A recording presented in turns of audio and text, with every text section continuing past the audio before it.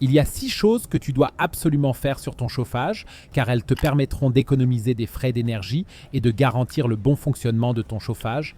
Je vais te montrer de quelles 6 choses il s'agit. En particulier, si ton chauffage ne chauffe pas, tu dois veiller à ce qu'il soit également réglé sur le mode chauffage et pas seulement sur le mode eau chaude, comme c'est le cas ici. Pour savoir exactement comment cela fonctionne chez toi, consulte le mode d'emploi de ton installation de chauffage. C'est d'ailleurs l'erreur la plus fréquente lorsque le chauffage ne chauffe pas correctement. Pour économiser de l'énergie, la plupart des chauffages ont une minuterie intégrée où tu peux régler quand le chauffage doit fonctionner, quand il doit s'arrêter, et la même chose avec l'eau chaude. Ici, tu peux régler pour chaque jour individuel à partir de quand l'eau chaude doit couler et à partir de quand le chauffage doit être activé. Si cette option est activée, il se peut que les heures soient un peu mal réglées et que tu n'aies pas chaud à cause de cela.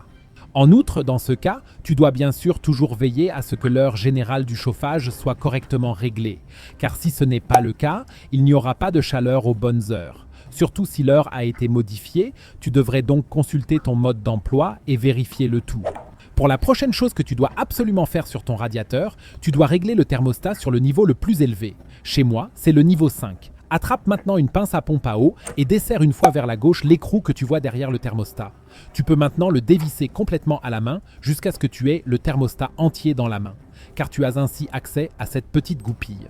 Et c'est particulièrement important lorsque tu allumes ton chauffage, mais qu'il ne chauffe pas correctement. En effet, dans la plupart des cas, cette broche est tout simplement bloquée. Cela arrive bien sûr souvent après la période estivale. En effet, pendant cette période, le chauffage n'est pas utilisé et la broche peut se bloquer avec le temps. Pour la débloquer, tu peux utiliser un marteau ou un objet similaire et la pousser plusieurs fois vers l'intérieur et vers l'extérieur. Si cela n'a pas suffi, tu peux aussi taper doucement sur le côté avec le marteau. Mais il faut le faire très prudemment afin de ne rien casser. Ce qui est également très utile, c'est d'utiliser un peu de WD-40. Tu peux le vaporiser délicatement sur le côté autour du stylo. Une très petite quantité suffit déjà. Attends ensuite environ 10 minutes. Dans la plupart des cas, cela résout le problème. Maintenant, tu peux encore aller avec le marteau et appuyer plusieurs fois sur la goupille pour qu'elle se desserre encore un peu. Maintenant, remonte le thermostat et serre-le avec précaution à l'aide de la pince à pompe à eau. Tu as déjà réparé ton radiateur toi-même et tu as dépensé 0 €. Mais savais-tu que tu peux facilement retirer la grille de ton radiateur ? Je vais te montrer dans un instant à quel point cela peut être utile. Pour cela, tu dois soit regarder sur le côté. S'il y a un clip, tu peux généralement le tirer sur le côté et ouvrir le tout. S'il n'y en a pas, tu peux pousser les parties latérales vers le haut pour les tirer ensuite sur le côté, comme dans mon cas. Maintenant, tu peux facilement retirer la grille du chauffage. Et cela a un énorme avantage, car tu peux ainsi nettoyer l'intérieur du chauffage. Avec l'aspirateur, tu ne peux bien sûr nettoyer que les couches supérieures, mais il est important de débarrasser complètement les lamelles intérieures du chauffage de la poussière, car elles influencent nettement le résultat du chauffage. Pour cela, place une serviette en dessous. Tu peux aussi la rendre un peu humide, la poussière restera ainsi directement collée à la serviette. Maintenant, attrape un sèche-cheveux et passe-le sur l'ensemble des lamelles de chauffage pour souffler la poussière vers le bas.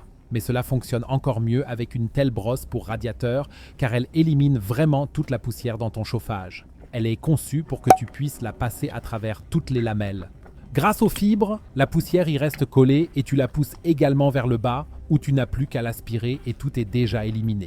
Si tu es intéressé par une telle brosse pour radiateur, tu trouveras le lien en bas de la description vidéo.